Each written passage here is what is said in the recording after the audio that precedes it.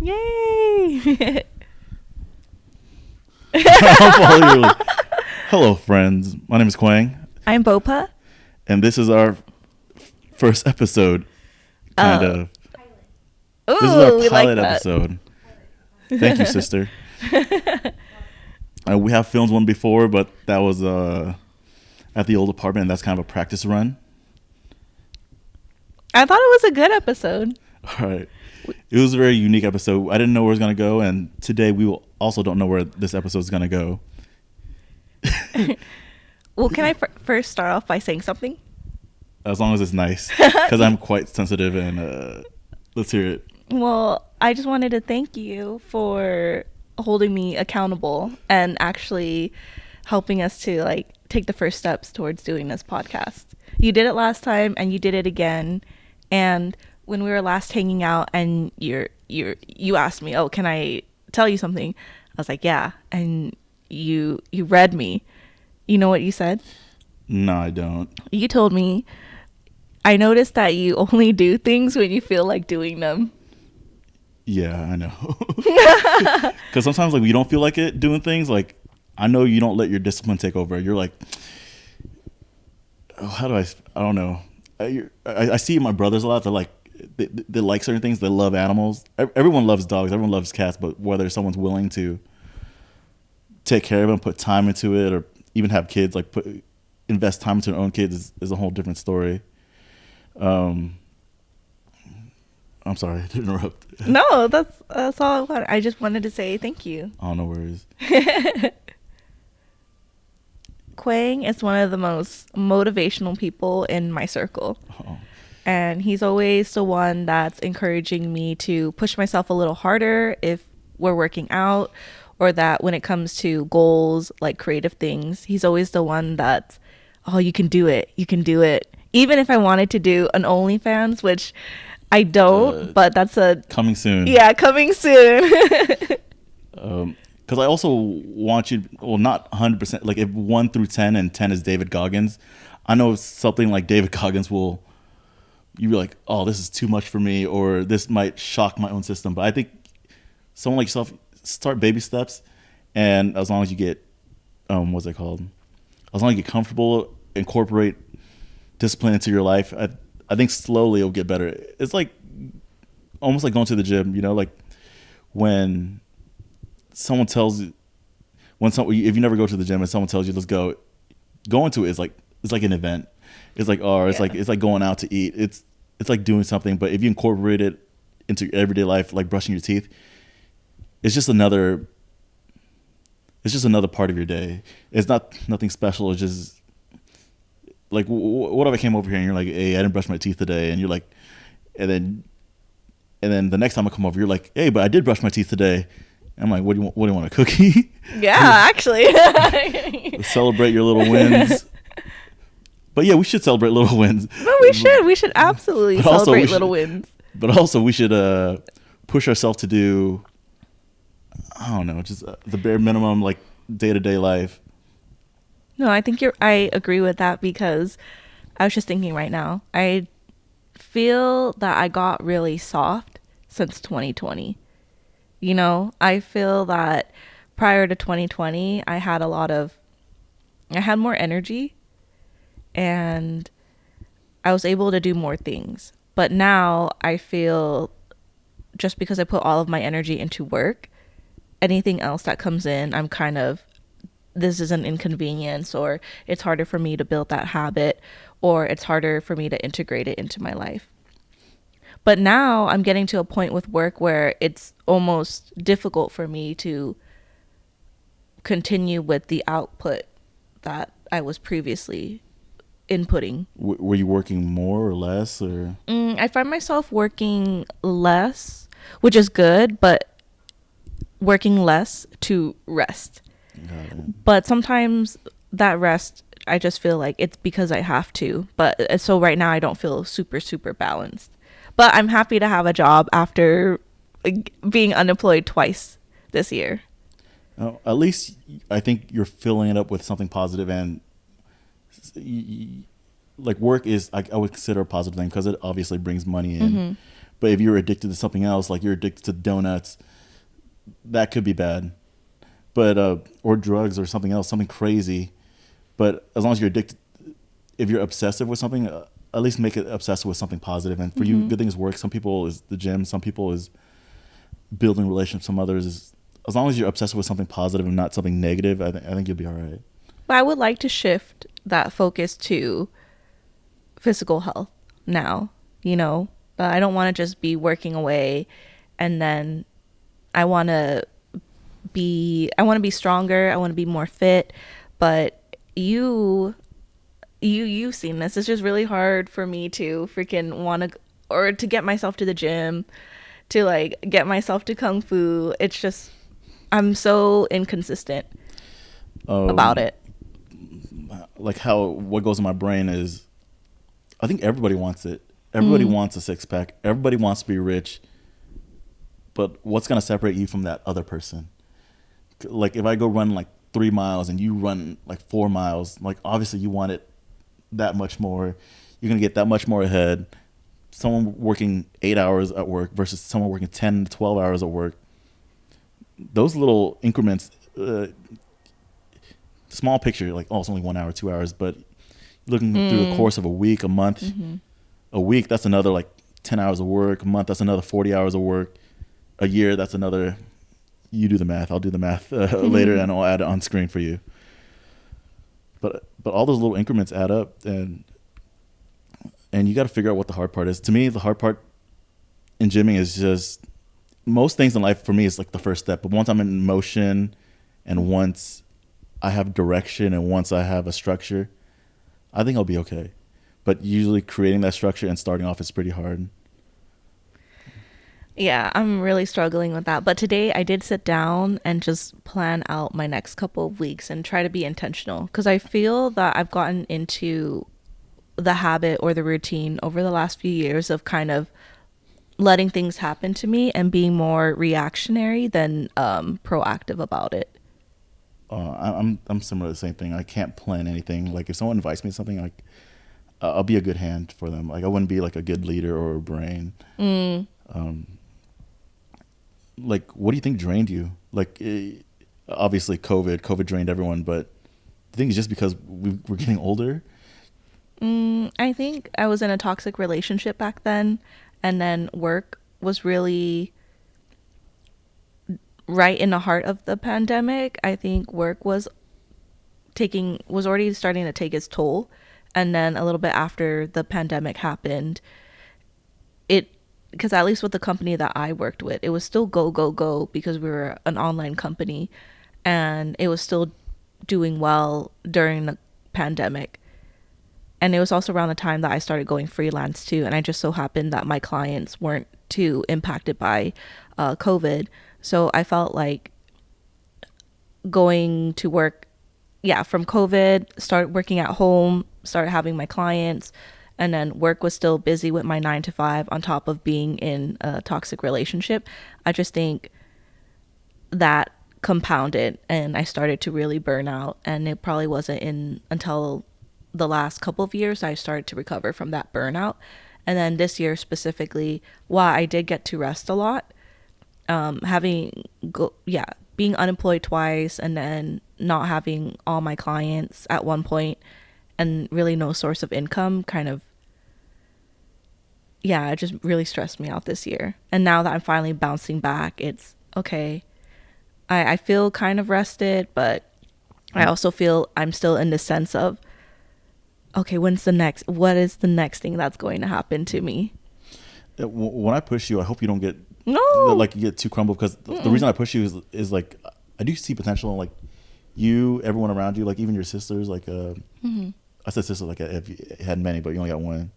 Like it's like seeing you guys with your skills and skill set, and it's like seeing a 7 foot person. It's like, oh my god, you should be in NBA, and then it's like seeing a 7 foot person and they never even heard of basketball. I was like, oh man, I'm ready to mold you. I'm ready to like set you up for the. I think that's why you're such a good coach. Yeah.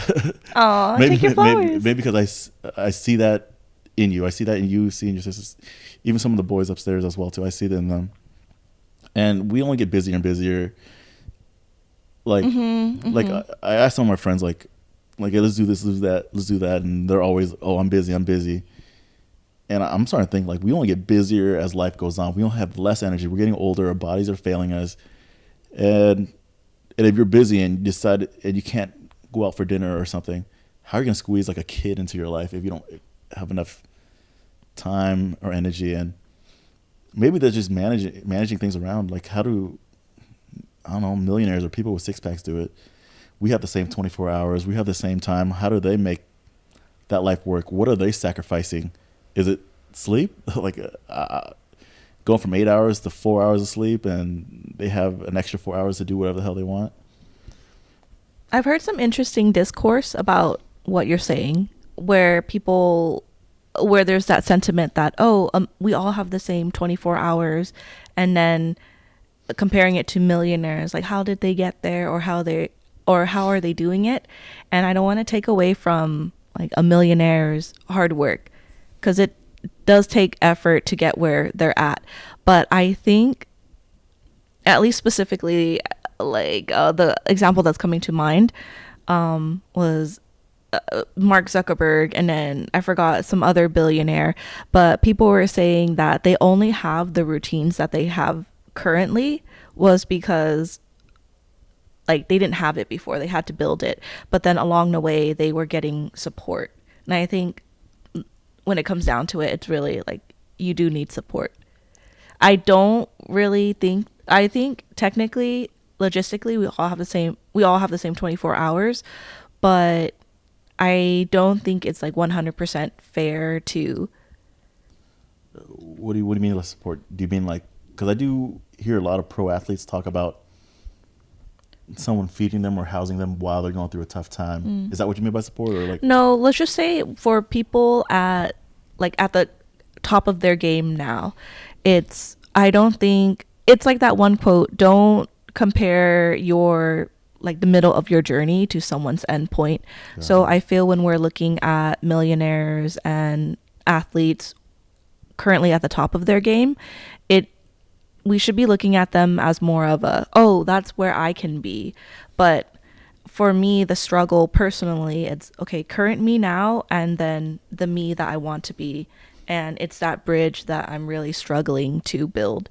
And so when I look at millionaires and high performance athletes, it's like, okay, I know that you do X, Y, and Z. And I've also heard of the story of how you got there. But that doesn't change for me, like the blocks that I currently have. And it's not to make an excuse. It's just the reality is I'm struggling with my blocks. And it's like, fucking, how do I unblock myself and get to that next level?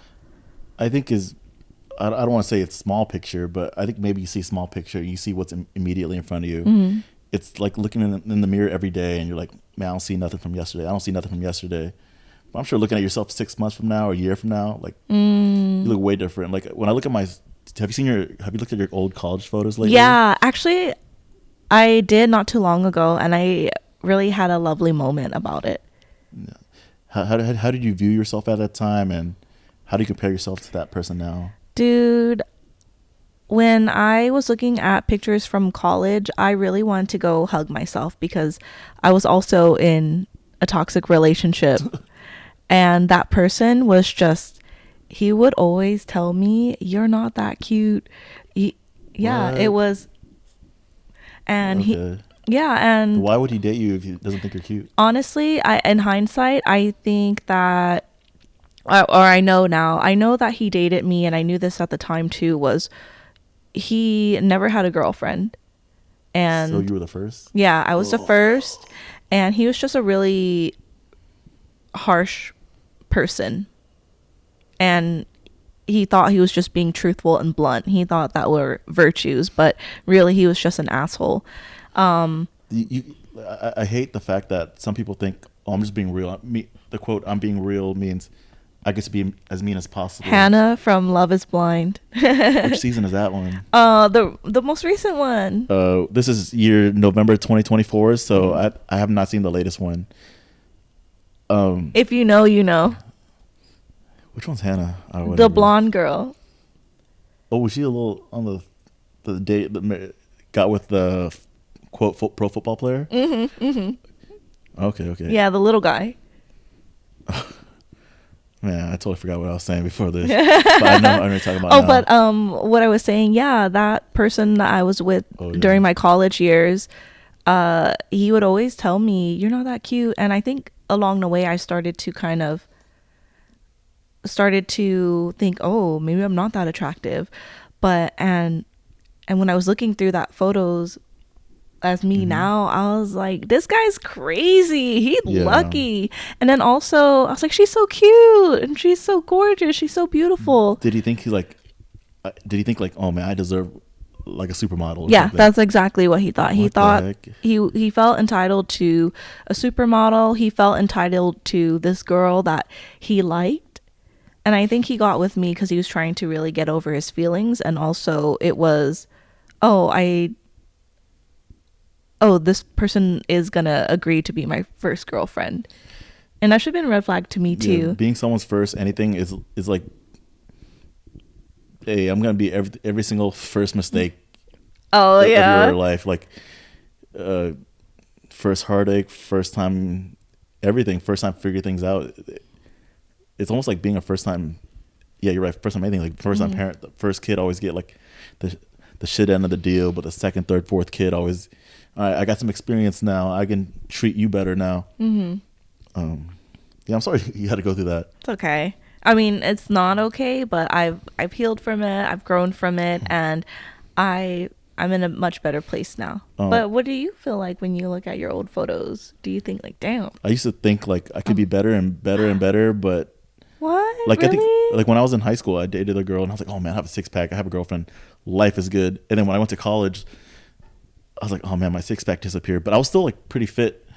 And I was like, man, I can't believe I let myself go. But I was still pretty fit. And then now I'm looking back like, man, both of them were sexy. The college, high schools. good.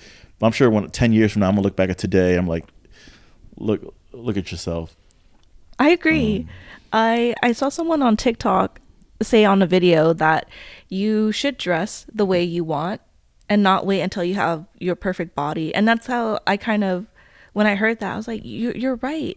Because compared to college and now, I do feel, well, I know I've gained some weight. I'm a little softer, but I don't think it's bad. That's the one thing we're all doing. I think one thing I told myself at a young age is, one thing everyone goes through is we're all going to be older and we're all going to be fatter, regardless who you are. Even if you're at the height of your life right now, whoever's the current star, I don't know, Sabrina Carpenter or Taylor Swift, you will get older and you will get bigger, and that's life. That's how we saw, like, I don't want to put any bad names out there, but like, man, Christina Aguilera was like the top of the world when her and Redman did that "Dirty" song together when she was in the boxing ring, and like that was such a moment in time. And you know, time moves on, and we all get older.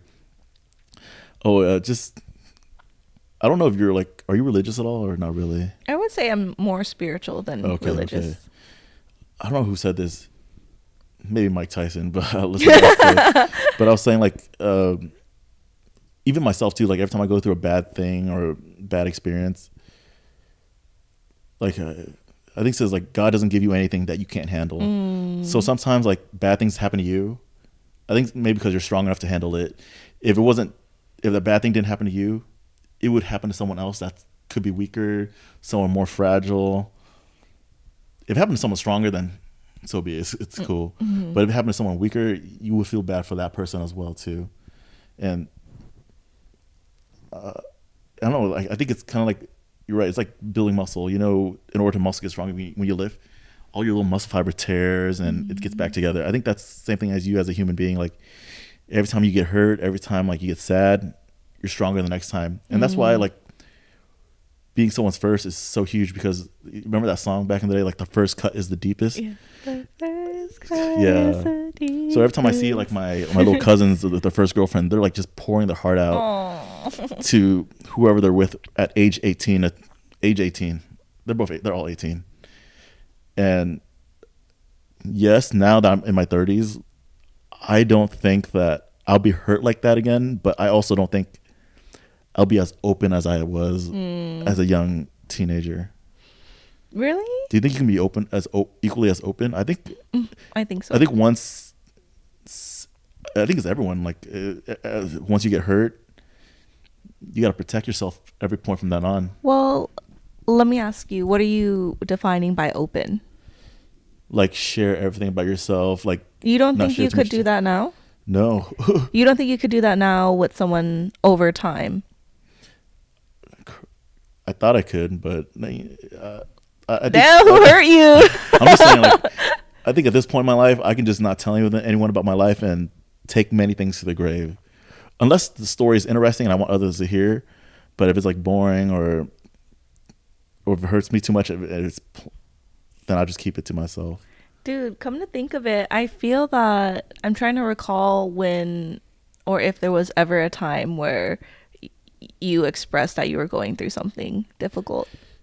Nah, never. Because I don't want to bother anyone else either. Because like I think my pain it's just on my own thinking. But I think my pain should be my pain. I think I should feel all of it by myself.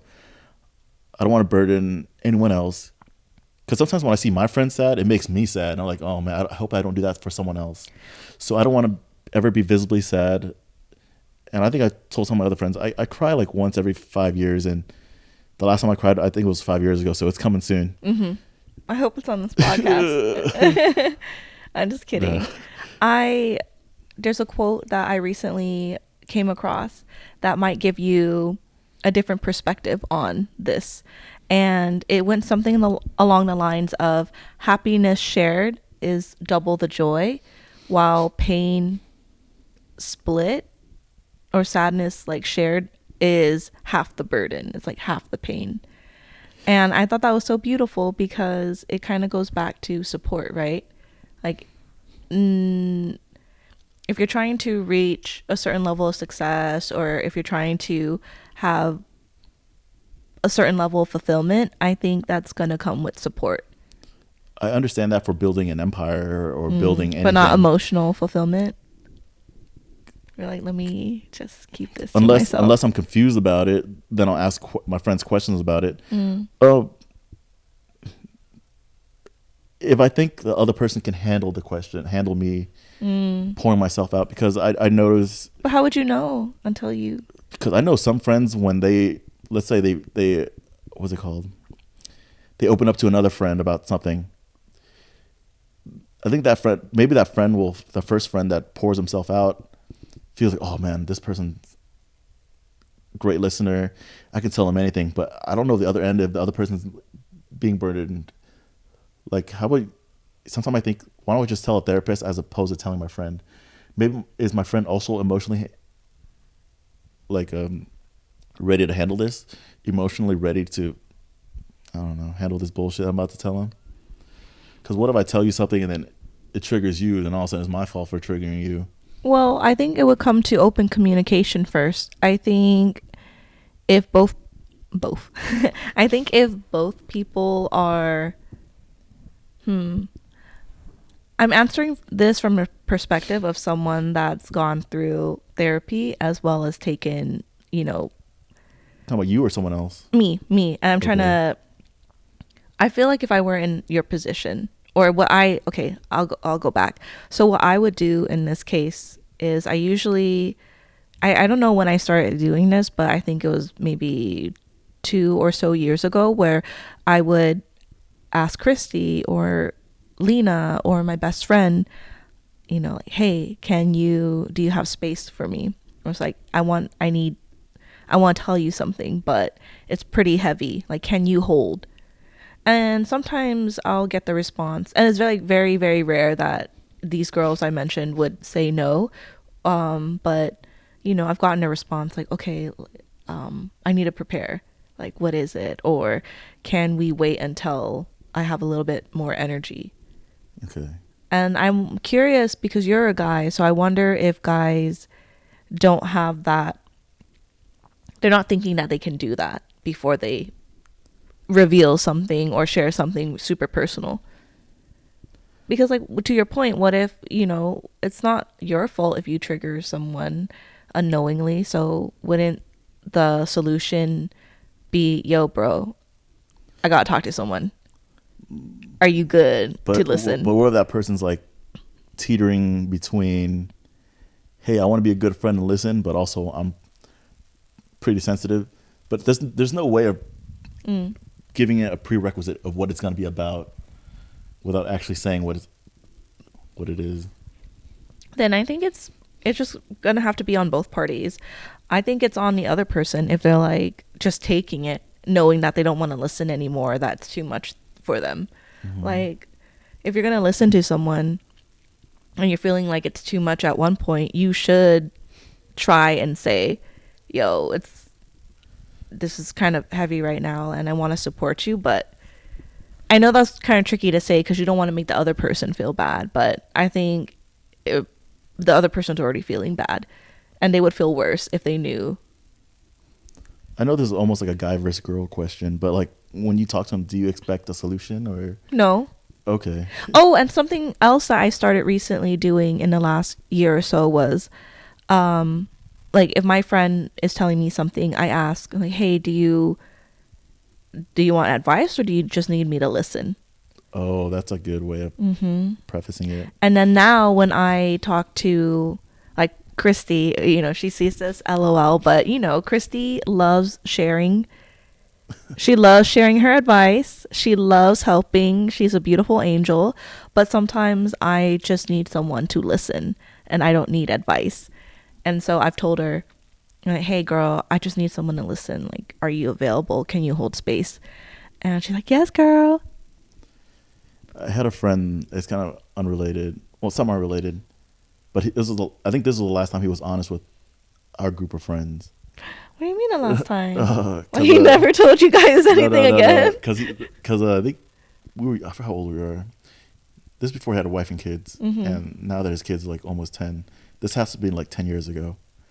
But he told me, like, he told us, the group, like, I found my girl cheating.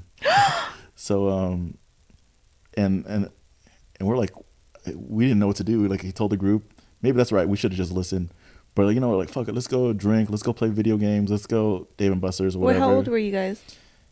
We were probably like mid-20s. So we weren't young. We weren't young. Yeah. We were definitely well into adults. No, it's still young. I feel guys are they develop mentally way later.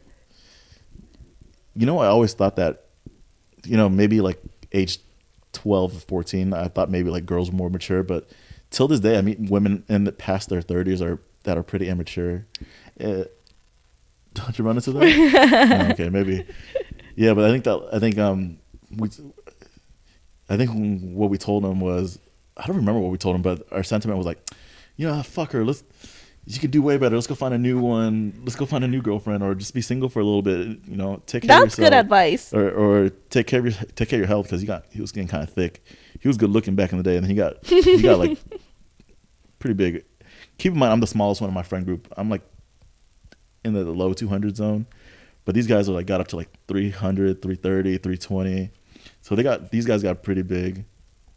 But yeah, I think that was the last time he was honest with us. I think what ended up happening is he's like, nah, I'm gonna make this work. Oh. Yeah, ended up knocking her up, got married, same girl, but I think now she's faithful to him. But the fact that like when you're younger, I think you have much more options. There's more people that are single that's also your age. When you're in the 30s or 40, that's just life, man. People are well into their marriages. You gotta wait for them to be divorced, widowed, or not many single people in age 40. Dang, I feel like we're pushing 40. No, that feels kind of sad to hear. No, but like I think we're both still very young, very beautiful people. So it's not like I think you and I add together, we're not 330. You know what?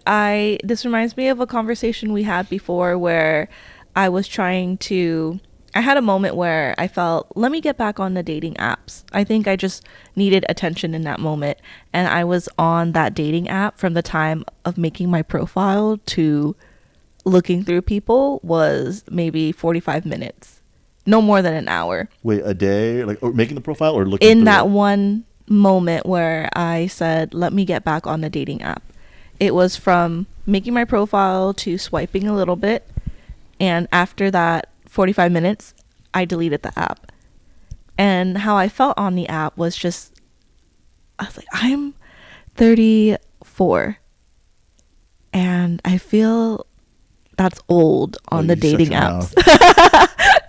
But I just, it depends. Like if you ask, I remember when I was 18, even any high school kids like, oh, what's old to you? They all say 30, right?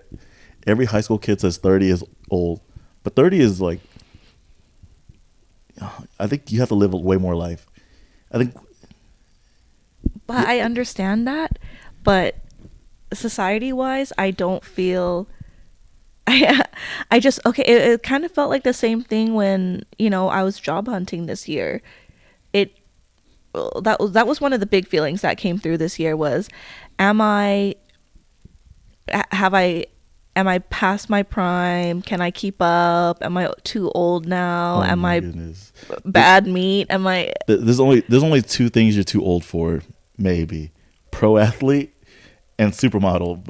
Oh, okay. And Leonardo DiCaprio. Or musician. Those are young people's game. But I really do think that age 30 and above, life does get beautiful. I agree with that. I do think you get to learn more about yourself.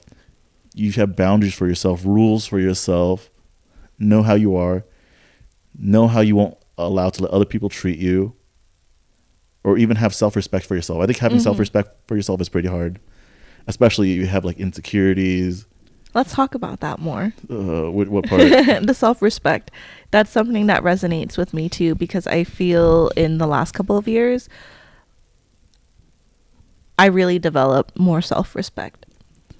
After, I don't know, 2 decades of not really self-respecting myself by staying in toxic relationships. I think you can be single for the next 10 to 20 years. And if you marry someone, you're still with someone for the majority of your life. If you live, like, let's say you're single from now till, okay, maybe the 10 to 20 years is too much. But let's just say 10 years. Yeah. Let's say you're 30 and you turn 40 and you're with someone from 40 to, what's the average lifespan of a woman? 80 years old, somewhere around there.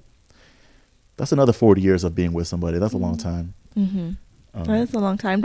I like how you put that in a macro perspective. That is true. And I did have that thought recently, not too long ago. I was thinking, dang, Bopa, you were in a relationship from like throughout your 20s and up until, all of my 20s. No, from 18, from the 17 to 31 with maybe a few breaks in between there. And I was like, you know what? What if I just don't get into a relationship in my 30s?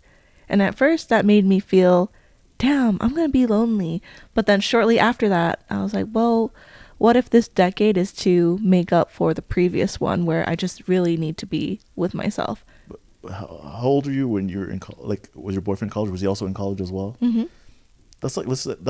You're a 21-year-old dating another 21-year-old.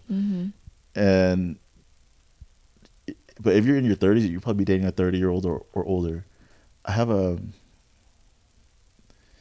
2 age range gap. I'm gonna show you. Like, I have one cousin. She's like mid 20s, but her boyfriend's like 10 years older. He's 35, but I love him to death.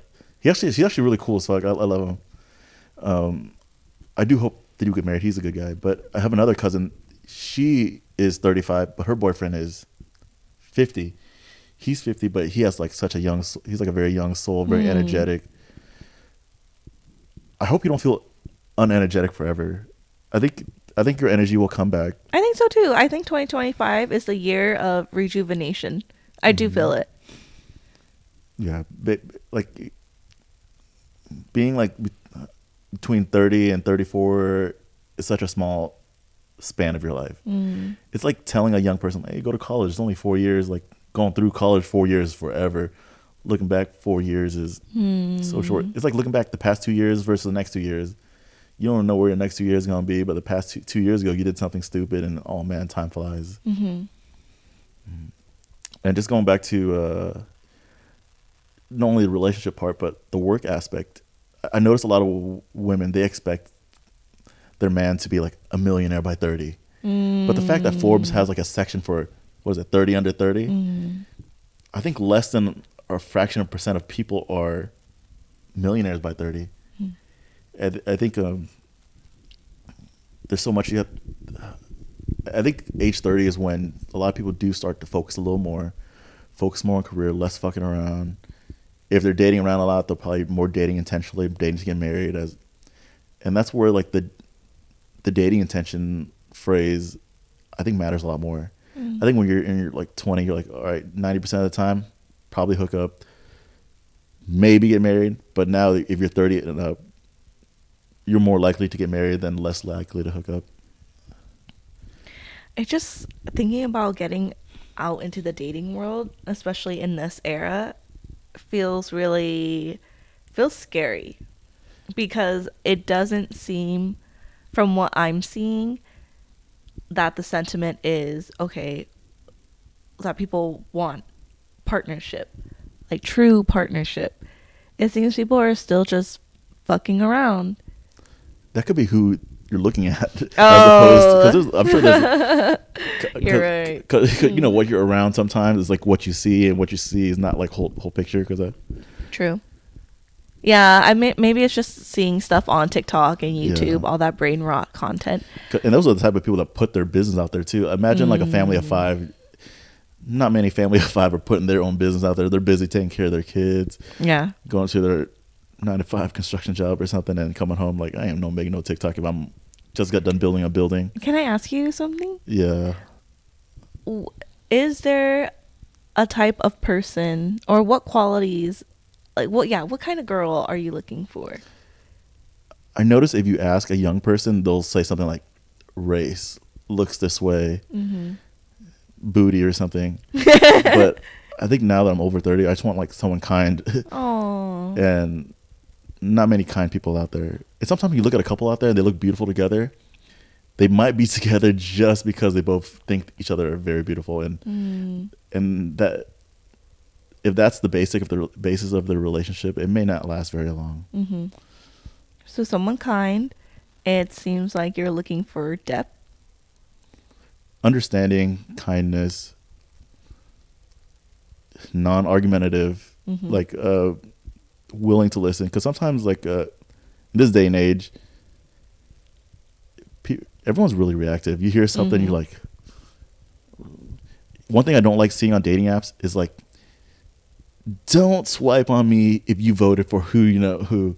Either him or her. Like, I don't care which direction. That's fair. I don't care which direction it goes. If you mention up politics in a dating app, I'm saying no, period. I don't care if you're conservative or liberal. Like, if you mention the fact that, like, if you're team other person, then. But you don't think that's fair to mention beforehand, so you don't waste someone's time, or and more importantly, you don't waste your time? I think that's one of the things you can just tell by hanging out with them without even mentioning it. But what if they don't even want to get to the point? They would rather not hang out with a person at all, that they would just not come into contact with a person like that and waste their time. What do you mean? Like, can you elaborate on that question? Yeah, so if someone has that disclaimer on their dating profile that you just said, where if you voted for XYZ, don't swipe on me. And I think that's a good thing. Well, I don't think it's a good thing. I think that I can see the strategy in that, where you don't want to match with anyone who voted for someone that you don't like, and then get talking to them, and you realize, oh, they voted for so and so, and you just waste your time. So I get that. I don't think that should be the main focus of a relationship. I don't think any one thing should be a main focus of a relationship. If you're just beautiful and I don't connect with you at all, then obviously we're not going to work. But if I connect with you and I don't find you mildly attractive at all, oh damn, I'm boring you. No, it's not. It's like it's late. I'm kidding. But if let's say I get along with someone and I'm not physically attracted to them at all, then they're just a homie. But also, I think there needs to be a balance of, like.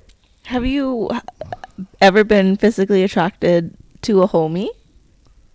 Like, guy or a girl? Girl. I know that you're cis yeah. hetero. Is it possible to stay friends?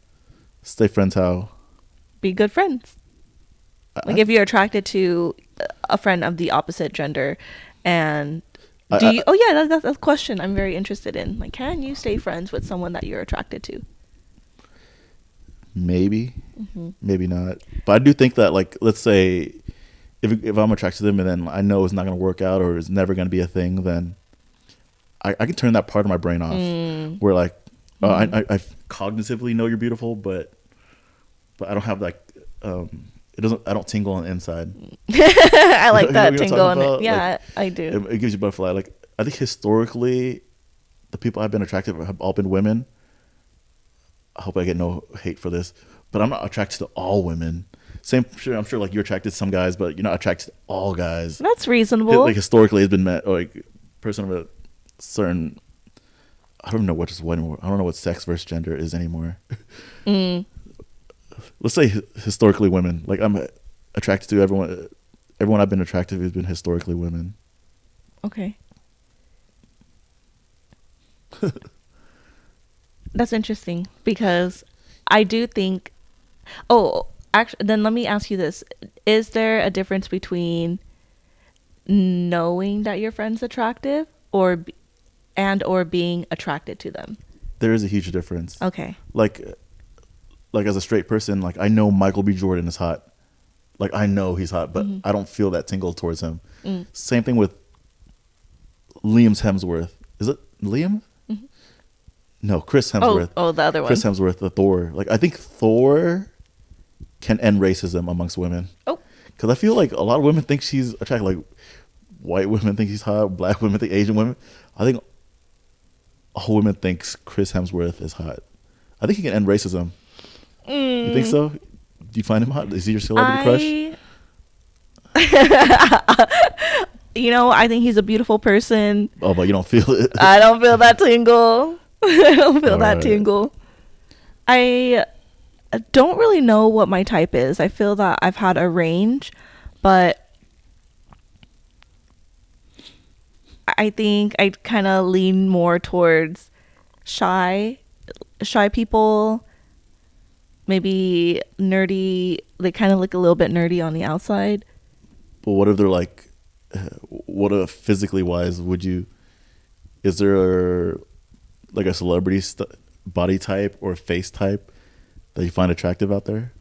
Dude, I find a lot of celebrities attractive. I have a Pinterest board called Dream Partner. All right, let's hear it. Who is on the top, your Mount Rushmore of dream partners? Dang, that's hard to. It's gonna change over time, but I think Manny Juancito. Who's that? He plays Jason Mendoza on The Good Place. Have you seen that show?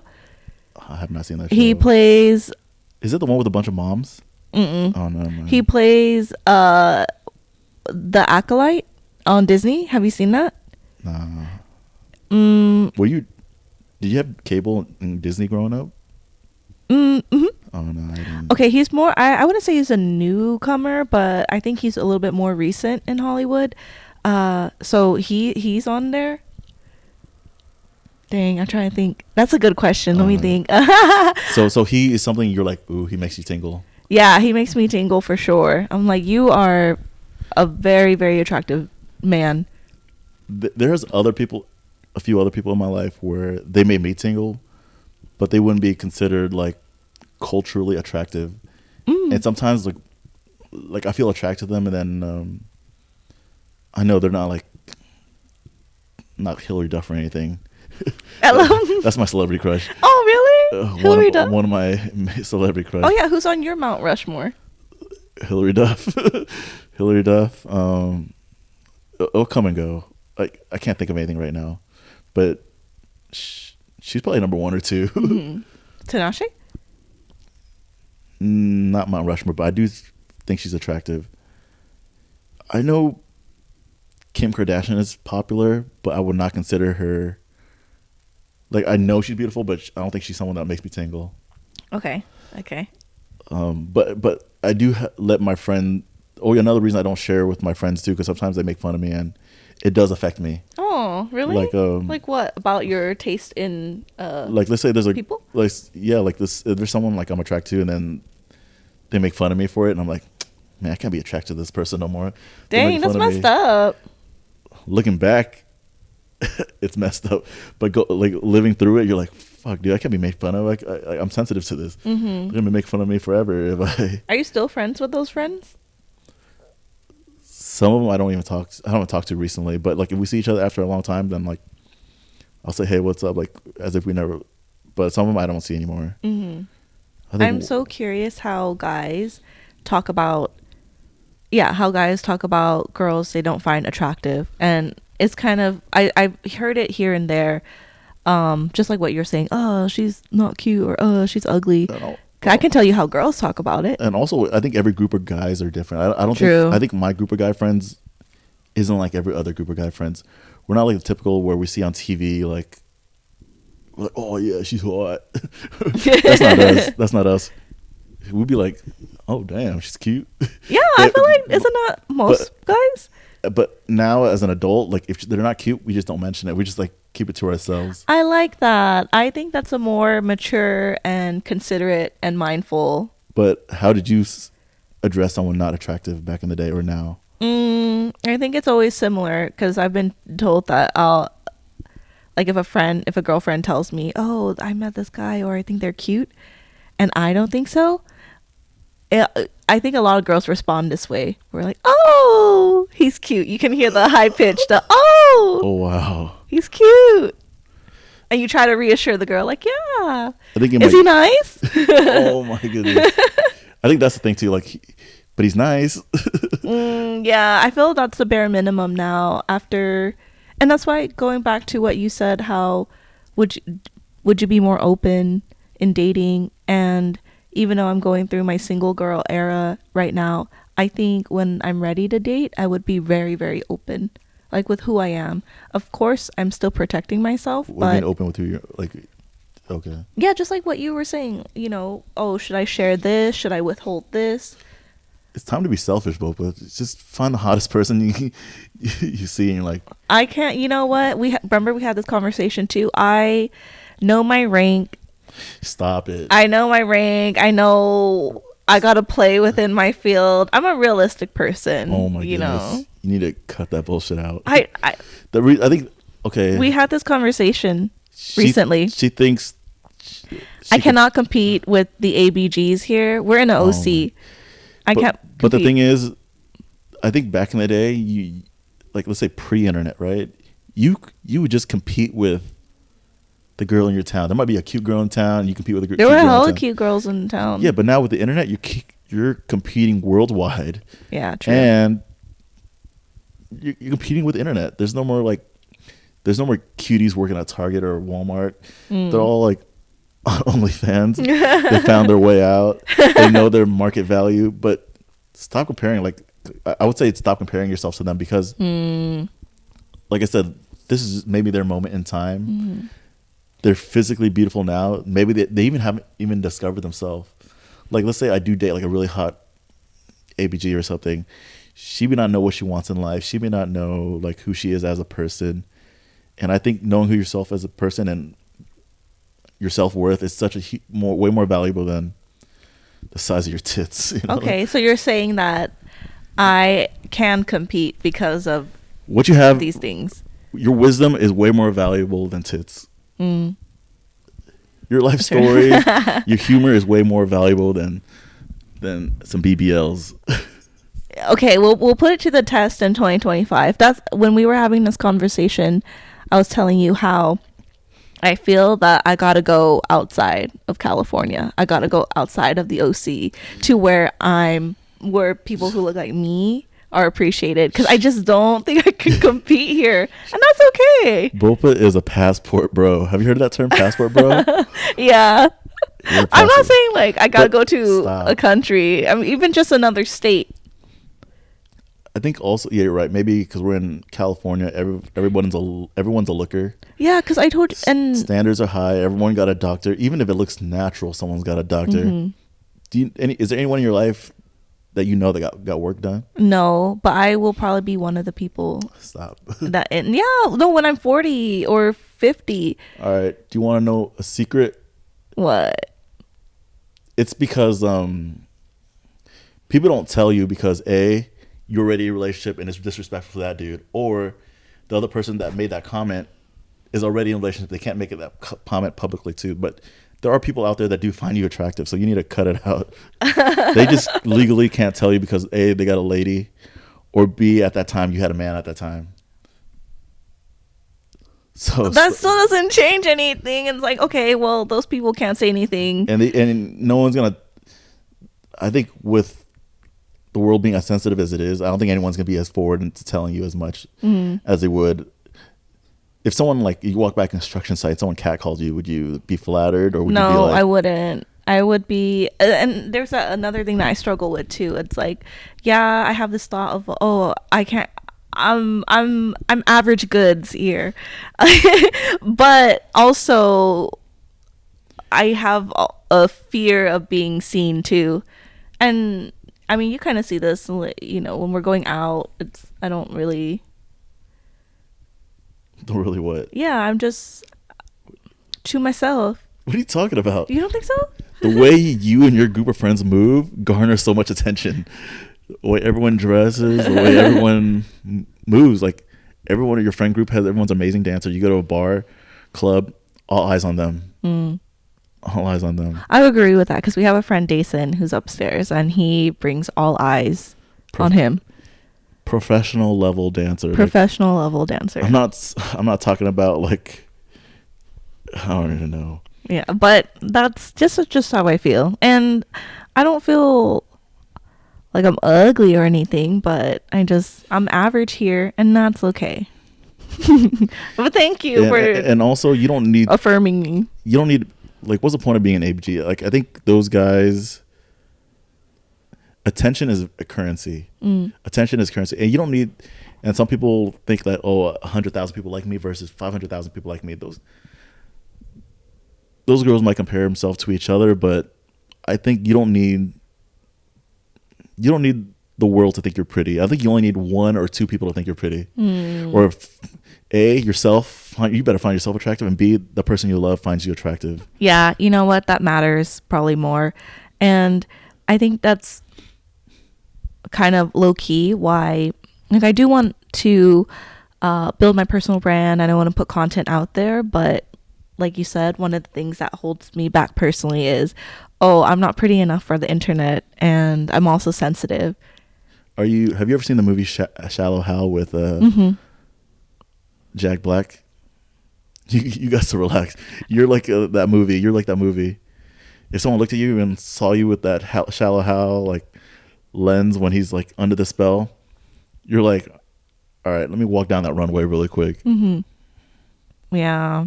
I do need a kind of not think so shallow, but it's just tough when on the internet all you scroll through are just really beautiful people, filter or not, like you're still seeing beautiful people. And even amongst those beautiful people, like 10 people with like BBLs and tits implants, I'm sure all their personalities are different. I'm sure like they all look beautiful as hell, but I might be 1 second into talking to them, I might be repulsed, and one person might be very intriguing. Damn, but that's also a very small sample size to choose from too. Really, is it? Because I scroll through, let's just say TikTok, and I see so many like a very attractive women who are funny and talented, and their content's good, and that ranges from bigger influencers to smaller everyday content creators that I'm just coming across randomly. Let's say you go through 1 million content creators, go through 1 million of them. There's still like 8 billion people in the world. That 1 million, I'm sure you're not going through 1 million reels or 1 million scrolls, but that's still less than 1% of the people in the world. Yeah, you're right. I like how you put things into these kinds of perspective. I do feel I'm just kind of, I think too much surface level and not big picture. And think of me, like whenever I'm like really into sports, I will love watching MMA. They all got their clothes off, men and women. Even the women in the UFC can whoop my butt. And yeah, just seeing WNBA, NBA, NFL, they're all very beautiful people, but I know I'm not them. They might have like a full grown man body, but they're still like 22, 25, 27-year-old mind, like very young mind. Still a lot of life. Like sometimes I see a 7 foot, not 7 foot, like I go to like a high school football game. And I see this 16-year-old and he's like 6'7", 300 pounds. He has a body of a man, but still like a mind of a. Internally, he's just like any other teenage kid. He goes through the same thing we go through, like pain, heartache, failing, passing classes. Like just because he's physically different doesn't mean like he experienced internally something else. Unless you're an extremely beautiful person, obviously beautiful people have like pretty privileges. But I'll tell you what, if me and you got dropped in the middle of Alaska or Antarctica with no money, I think I would have to build my own igloo and someone will host you a hotel. Someone like, girl, I got you. Come on in. Like, stay here where it's warm. But you, it's too packed. You got to build your own igloo. No, I hear the people in that region are quite nice. We would have some shelter for at least a day. But here's the thing: it's on taking this conversation another way. Right. It's I do want to be attractive. It's not like the end all be all for me. I feel like I'm pretty accepting of where I'm at, but then it's not that I want, like, for example, to be attractive to men, because I feel men are so easy. And I'm only bringing this up because of course someone would offer me a fucking igloo to stay in. It would probably be a dude or a really, really nice maternal woman. Did you ever get compared a lot? Or no, I don't want to trigger anything. Yeah. But to your, like, growing up, I'm sure like people who have sisters, people get compared to their sisters. What? Now that you're bringing this up, actually, we were compared a lot, but it was my sister being compared to me because I was skinny and taller, and she was thicker and shorter, but she lost that weight when she was in middle school doing track, and so. Yeah, and then up until that point, people kind of stopped comparing us less. And then if they were comparing us, it'd be, oh, she has bigger boobs than you. Did it affect you guys?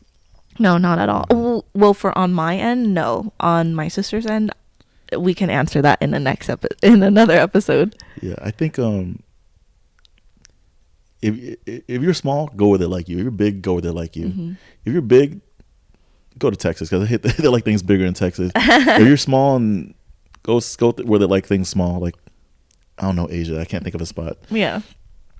I think there's that phrase. There's a lid for every pot. Yeah, I love that. I love that phrase so much. I use that often. And you're right. Like, if you're too skinny, some people are like, hey man, go eat something. If you eat too much, you're like, hey, yo, eat less. Exactly. There's no right amount of food where you can eat. Yeah, that's why I was like, in LA, there's a specific type of look. But I also want to go to LA. I was like, sometimes there's things that are too LA. Like I think I went to a mall once, and people were doing yoga in the middle of the mall. And I'm like, yo, it doesn't get more LA than this. Yeah, I don't like that. But just to go back to, I don't know, I was gonna say, like, I went to my little cousin's birthday for his kid, and comparing to your cousin, like, they're both gay, but they're different type of gays. I can't explain it. Oh, is one more masculine and one more? No, it's just like it's like not even, just throw the whole gay part out. It's like you might as well just say Asian. Like, oh, you're a type of Asian, but you grew up kind of hood, but you grew up like fast track to Harvard.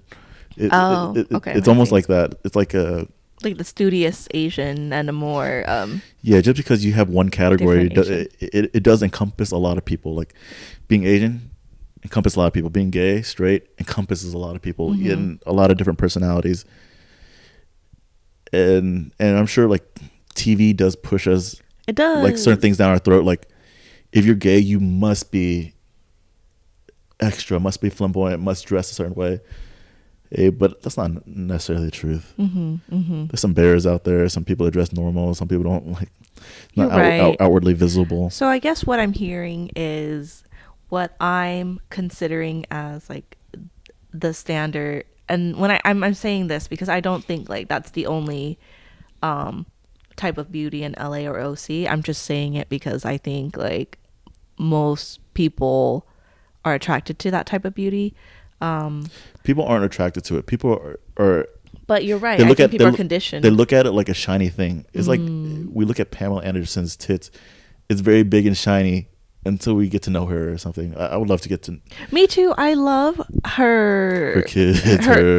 I love her era where she's just really embracing her natural beauty. Have you seen her recently? I did not see the. You're talking about the documentary, correct? The documentary, yes, but then she's also have been making public appearances without any makeup, and she just looks amazing. Yeah. Like she's really embracing herself. I mean, is she a grandma yet? Or she should be. Like her kids are like technically adults. Her kids might even have like 1 or 2 year olds. I think she might be a grandma. I think she might be a grandma. I want to be a hot grandma. One of the hottest grandmas out there. I feel like, I don't know. I feel I haven't reached my peak hotness though. Like my peak attractive. I feel that I'm like mid now, but I can elevate myself. Is there a certain number of people that you want to find you attractive? Like I need to hit like 100. Like no. I need 100K on or 200 or whatever the number is. Well, I guess maybe this is going to sound ironic, but I feel when I look at myself, I don't think like attractive or unattractive. I think what a beautiful person and what an amazing personality. Oh. So I feel that my sense of self and how I view my exterior and interior is a healthy level. But if I were to put on realistic lens, or like reality society, no, I don't want to say reality, but like societal lens, I'm like, I could use some work. I like that you're very nice to yourself. You should be nice. Are you nice to yourself? Hell no, I'm very like mean to myself. Oh. Sometimes I'm like on the treadmill, it's like quit being a pussy and run some more. Like you're being a bitch right now. Like I do feel sorry for myself, which I know I shouldn't, which I do all the time. Like suck it up. The world's not fair. Why did you think the world was fair? Well, you know like, what? I tell myself that. I'm not and saying you this do is- get it done though. And so I think maybe kind of having a little bit more balance of kindness would do you better. But I would say I should take some of that harshness for myself when it comes to other things. Like, you fucking pussy ass bitch, get up. You're right. I think we need to find balance in our life. Mm-hmm. Like balance in work, balance relationship, balance in friends, balance like careers. I think I don't even want to get into this story, but Get into it. there's a dude up north. He's a friend of a friend, but like she's dating this very mean girl, and she doesn't put out to him, and they've been dating together forever. And then I think they kind of brought up to me, and then I was like, I haven't met him yet. I haven't met the guy yet. But when I do meet him, I'm like, my man. But some of his friends was worried for him, like female friends and guy friends, where they're saying, yeah, I can't believe she ain't putting out to him. But I do think it should be a balance, like we were talking about earlier. You have to find them attractive. Like what I was saying, you have to connect emotionally. Both be equally as smart. I think being equally as smart is important. Like either you're both smart or you're both dumb. But if there's like a huge dynamic, one of you is much smarter than the other, then it does feel a little off. Like one might manipulate the other, or one might be annoyed or may feel inferior. I think intelligence got to be matched up. Attraction levels got to match up. Like your mind, body, and soul got to match up. But if one aspect is missing, like you got mind and body, but your soul don't connect. Like one person's good, one person's evil, or your body don't match up. Like yeah, like you think the same, you feel the same, but you're not attracted to each other. You're just homies at that point. Or your mind, like you said, like I initially said, like if your mind doesn't match up either, one's smarter than the other, and do you know the reason why she's not choosing to be intimate with him? And is it no intimacy at all, or is it here and there? It's absolutely none. And she treats his friend like crap almost. Like hey bro, you gonna come to my wedding? And she's like, no, we're not going. Like if you have another wedding to go to, like go to it. But I'm more of like, if I'm free, I'm showing up. I'm showing up for my friends, showing Absolutely. up for my friends or cousins or family. And you're really, I would say you're one of the friends that really does show up for other friends. Like, you're a Thank you. very amazing, amazing, reliable friend. You really are. And it's not just me that says it, but other of our friends too have always commented on how extremely generous you are. Another part too, because I know I even hate the idea of even thinking this, but I know people out there. I'm afraid to be friends with people like you or whoever, because I'm afraid of the critique you guys might get, because people might think I'm an asshole, because I'm an asshole to some people at a younger age, and the reason I'm trying to be generous is because I was a selfish ass person for the most of my life. I'm like, man, fuck that. It's me. Like, like I wasn't a sharing kid. I think when I was a kid, I got a Nintendo 64. We had to get a second Nintendo 64 for my brother. That's a funny story. That's kind of funny. Yeah, and I was like, that's more like me being selfish. But you're young. But I know, but I still feel a lot of the stuff I feel when I was a kid. I still feel now, even though I'm being generous now. I still feel like, oh man, not generous enough. I'm still selfish fuck. I, you know, I feel I'm trying to deal with that too in this era of my life, that I kind of allowing myself to be more selfish and be okay with it. Be like, yeah, I am selfish and I am generous, and those two things I can hold space for both of those things and let them exist. It's just I'm making a choice not to let one or the other drive too much. And for you, I feel like it should be okay to be selfish. I think I gotta find balance in selfishness. Yeah, agreed. Because there's gonna be some weird things where I'm like selfish all the time, which won't make sense, and there's times where I'm generous all the time, and it won't make sense either. I will never be to the point where, maybe now in my future, I won't let it get to a point where it'll eat me alive. That's good. I won't give too much where like I'm depleted, and I won't take so much where it pushes everyone away. But I love that we're talking about balance, because I think for me going into 2025, that's going to be a big focus and a theme. Is there anything in your scales, the scales of your life, where it's not balanced? It'd be work right now.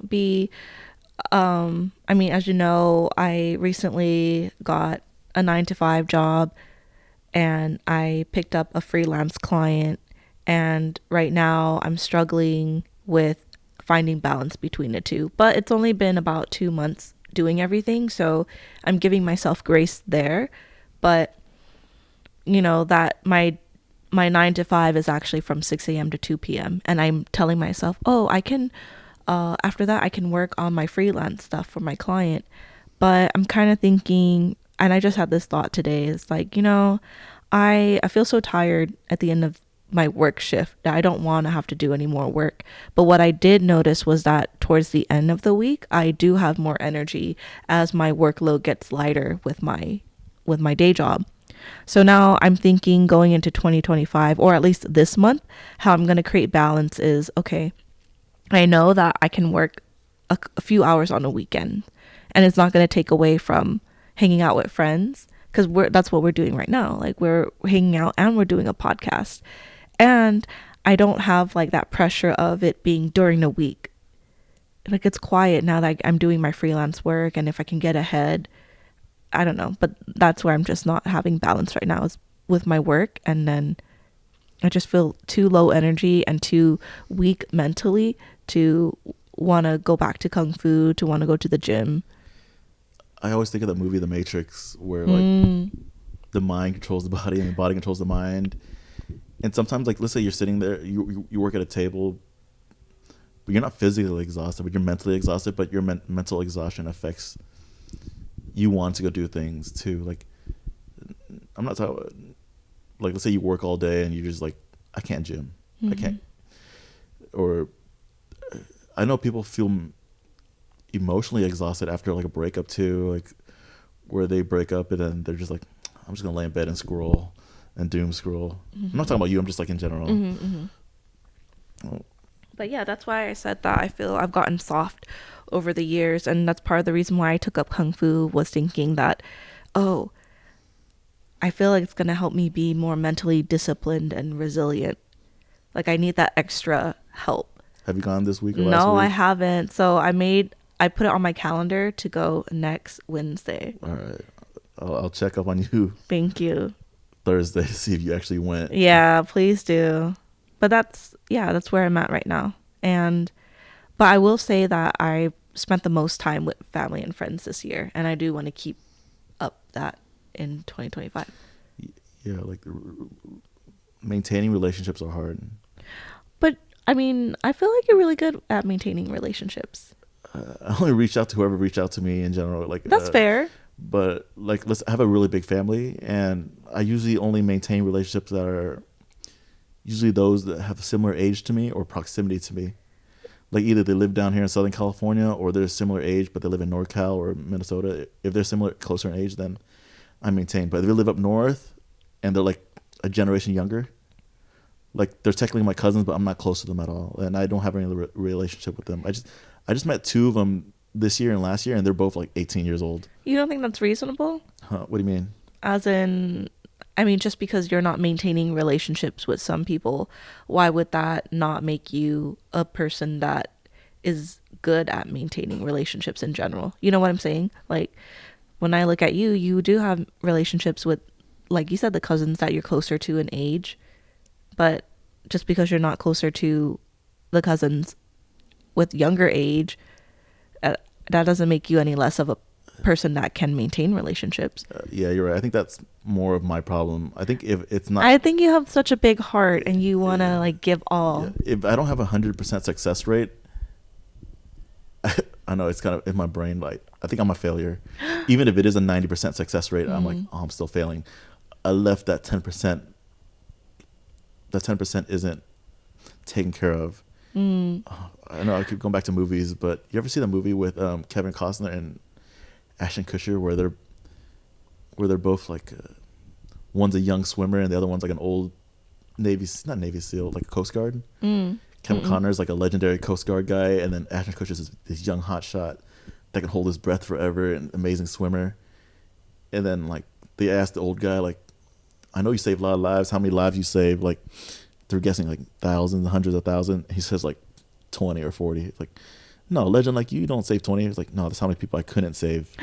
Oh. And that kind of changed. That's how I feel about myself. Damn. Like, I don't think of the success I've had. I think of like, I know I shouldn't dwell on the failures, but I do think of the failures.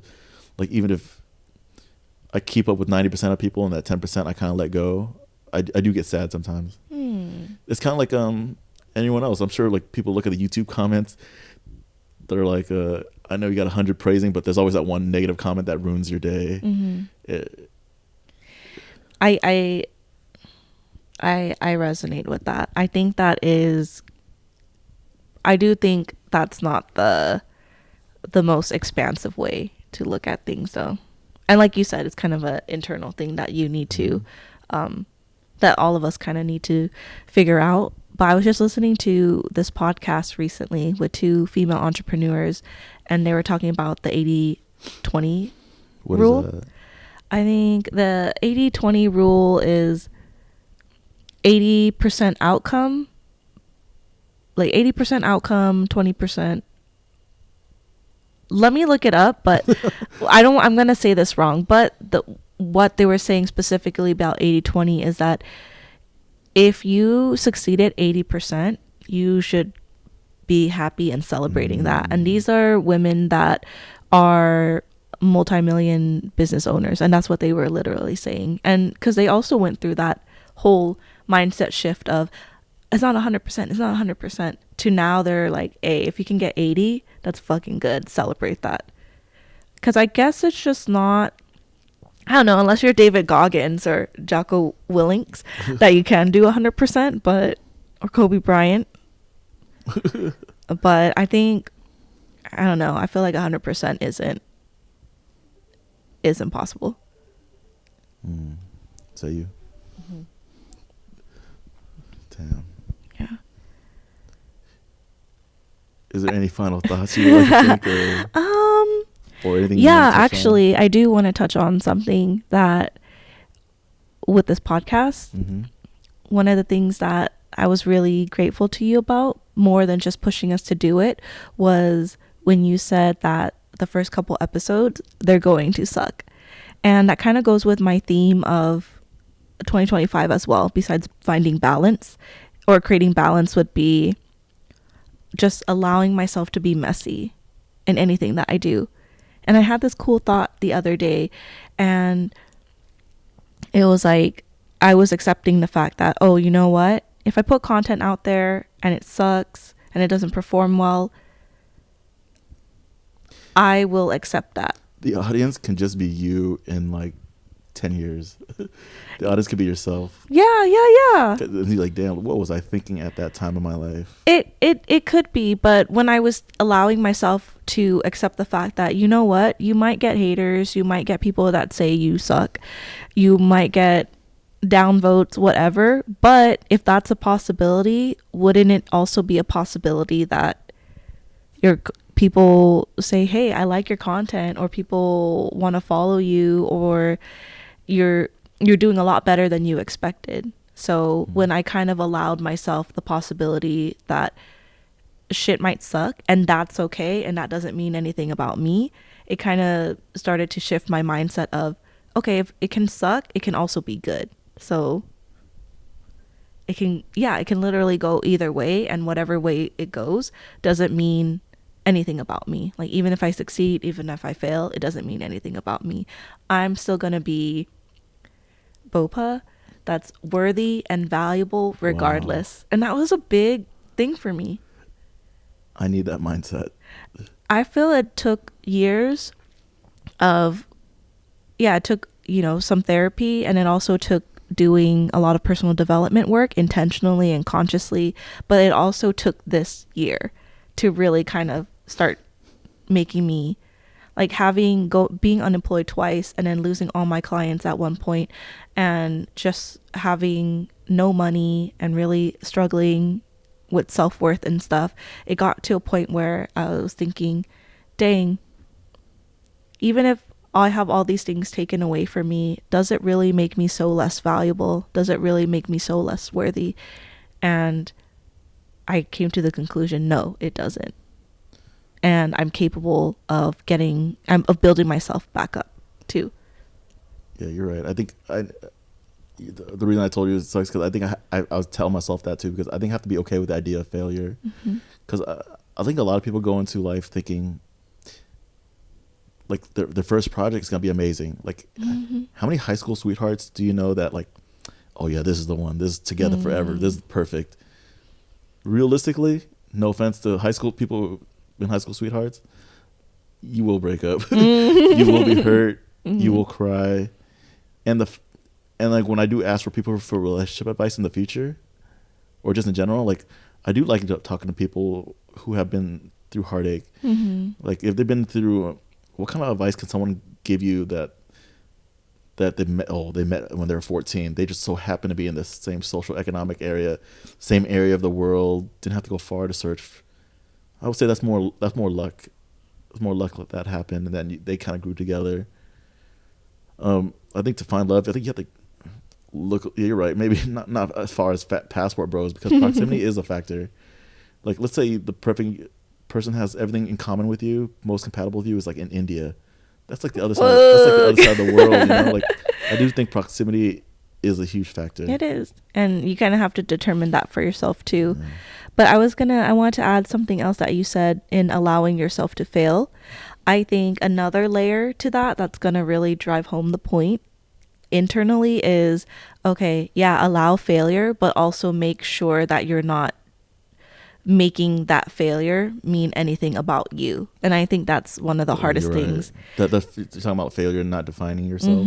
Like, just making any story or even judging the failure too. It's best to look at it like any piece of failure or success as, oh, I just figured out one way it doesn't work, or oh, I figured out another way it works. Of course, yeah, if it's a big success, like, celebrate that, but you also have to be mindful, similar with failure. You can't make it mean something about you. Wow. I feel like myself, I'm a brick house, and each brick is made of failure. But that is wouldn't then ironically wouldn't you say that's a success, or like it adds to, because I mean you wouldn't be a brick house without those failures. Then you wouldn't even have a house if without those failures, right? But I thought each brick is a failure point, or one aspect of failure in my life. Well, then couldn't you look at it as You're right. It got you closer to. You know what? You're right. I think like each failure point is a building point. And I often hear this up in the entrepreneurial space, that the most successful entrepreneurs they're not the smartest, they're not the most hardworking. They just make decisions quicker, and they allow themselves to fail a lot faster and fail more. And I thought that was a crazy concept, because like I when I put something out, I'm like, oh, it's gonna be a banger or it's gonna be perfect, but it's not. I want the capacity to fail. I want to be able to mentally handle myself when I fail. Because sometimes one failure for myself, I'm like devastated. But I want to be mentally strong enough where I can handle failures after failures after failures. Dang, maybe you should try. I saw this experiment where this girl did rejection therapy. Was she hot and she had to reject a hot dude or something? Or her? Well, I thought she was conventionally attractive, in my opinion, but what she was doing was just kind of she applied to a billion jobs that were way out of her range. And she's like, I don't care, I'm not qualified or anything, but I'm just going to do it anyways to get as much rejection as possible. And then another weird thing that she did was kind of lay on the floor in front of like a shopping center. I forgot what was the reason that was going to help her get rejected there, but she was just putting herself in these situations where she could be told, no, go away, you suck. Are you afraid of rejection? I think yeah. I think I am. And I think that I am too. Yeah. I think there's like so many jobs out there where like I can do, but I'm just afraid of applying because either the name sounds so fancy. Because a lot of jobs I've done, the name sound fancy, but the job is like really easy. Well, maybe in 2025 you can do a challenge for yourself where you do apply, like that one girl, and apply to these jobs where you feel are too fancy. Get rejected by every Victoria's Secret supermodel, and then yeah, go for it. Yeah, go for it. I think that's what I'm gonna try to do too, is not put myself in situations to be rejected, but just, okay, rejection's a possibility, but isn't acceptance. Like, they're two sides of the same coins, no? And that's what I'm trying to, I like, it's only recently that that this mindset started to really sink in.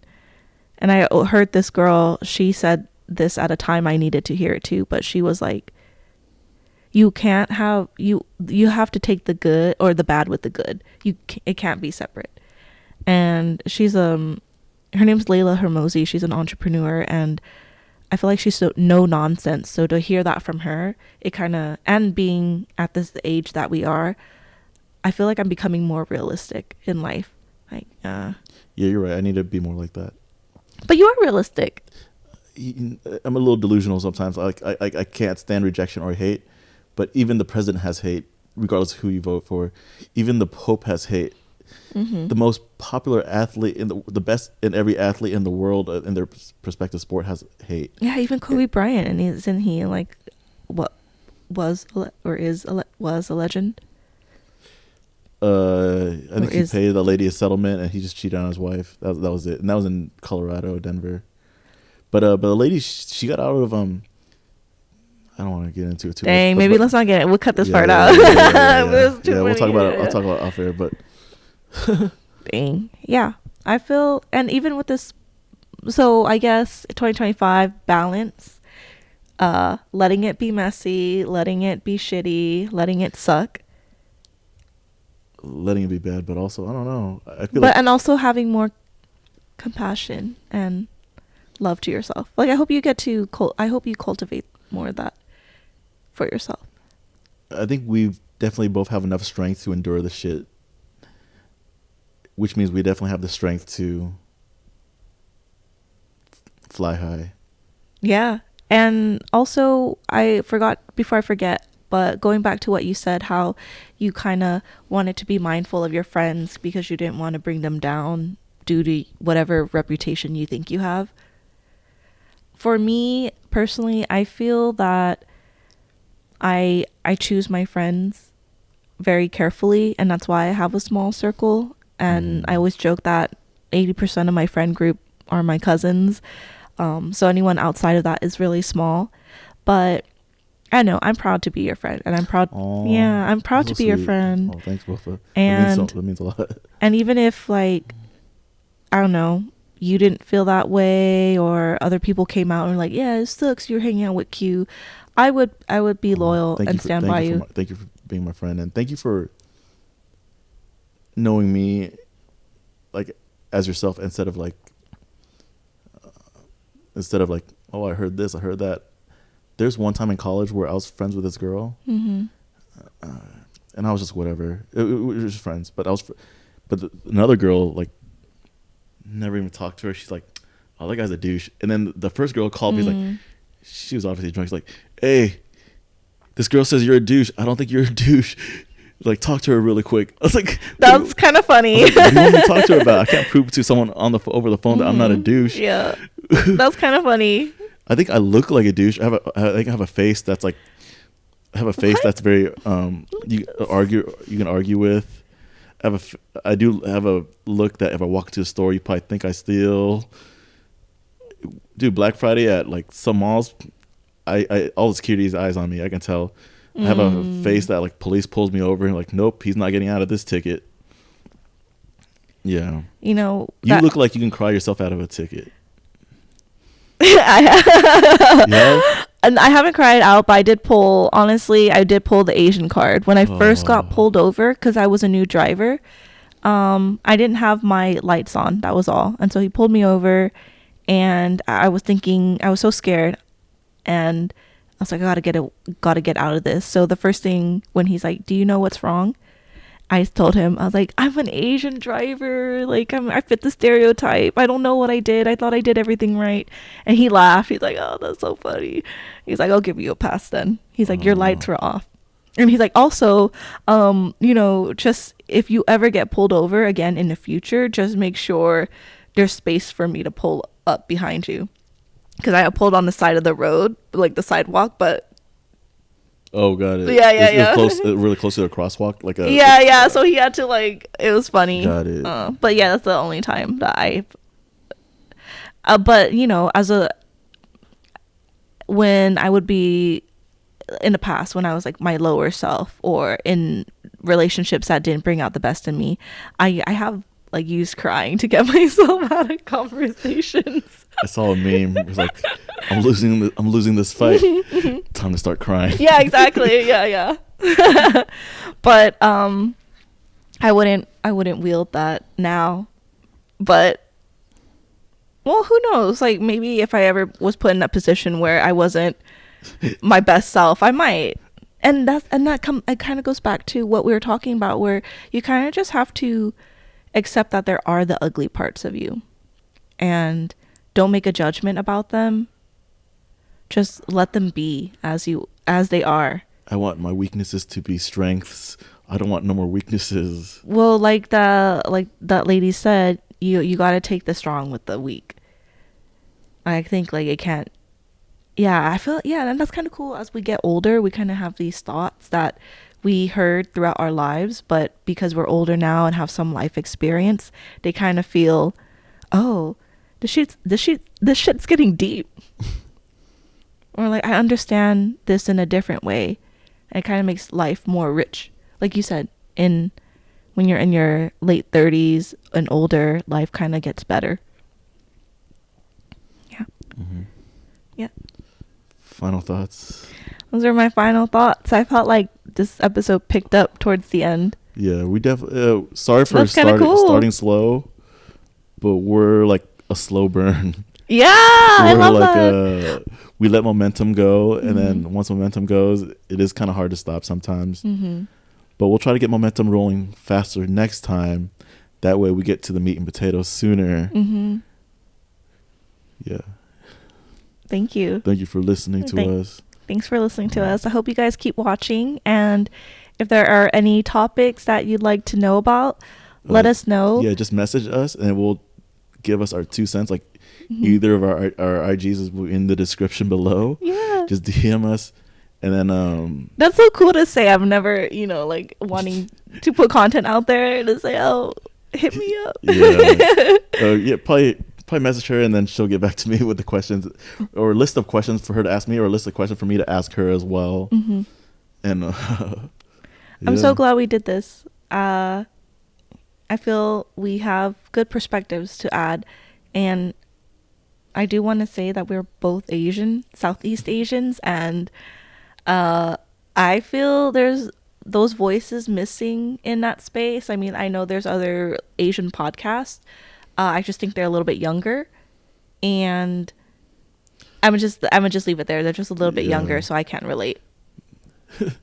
and that's they're like, we're age-wise, we're close to LeBron's age. We don't look like it, but we're right there. All right. Thank you everyone.